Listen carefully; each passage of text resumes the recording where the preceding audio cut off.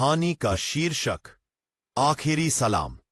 उत्तराखंड के एक छोटे से गांव में एक नौजवान रहता था, अमन।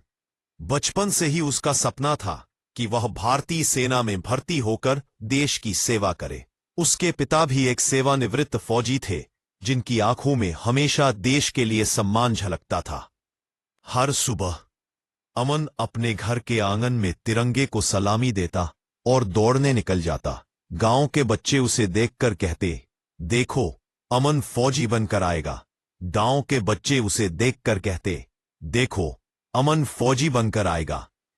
पूरा गांव झूम उठा। उसकी मां ने आंसू भरी आंखों से कहा, बेटा, जब तिरंगा लहराए तो समझना कि मां तेरी दुआओं का रंग है उसमें। Block coat. सेना की ट्रेनिंग कठिन थी, लेकिन अमन कभी नहीं थका। उसे हर समय बस एक ही बात याद रहती। कुछ साल बाद अमन की पोस्टिंग कारगिल की ऊंचाइयों पर हुई। ठंड, बर्फ और कठिन परिस्थितियां, सब कुछ चुनौती थी, लेकिन उसका हौसला अडिग था। एक रात दुश्मनों ने सीमा पार से गोलीबारी शुरू कर दी।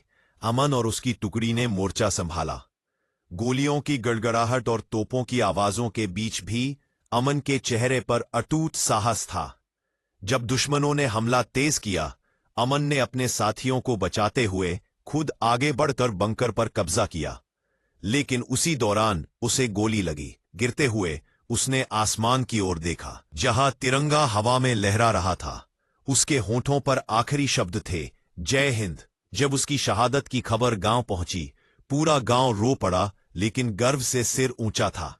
अमन का शरीर जब तिरंगे में लिपट कर आया, उसकी मां ने आंसू पोंछते हुए कहा, मेरा बेटा अमर हो गया। आज मेरा नहीं, पूरे हिंदुस्तान का बेटा लौटा है। गांव के स्कूल का नाम शहीद अमन सिंह विद्यालय रखा गया।